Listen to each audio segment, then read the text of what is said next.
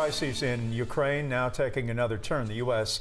has declared that Russia is in fact committing war crimes in Ukraine. But a bit of hope for Ukraine. Their forces are now fighting to take back territory. Ukrainian officials say counterattacks north and west of Kyiv appear to have made some headway against the Russians, and troops regain control of another town. NATO officials telling CNN they believe anywhere from 7,000 to 15,000 Russians have been killed in this war. That number is based on Ukrainian intelligence. Meanwhile, President Biden landed in Brussels about an hour ago ahead of tomorrow's key meetings with world leaders about the war. 11 Alive's Kristen Crowley now in Brussels has more for us as she is ahead of his arrival in that country.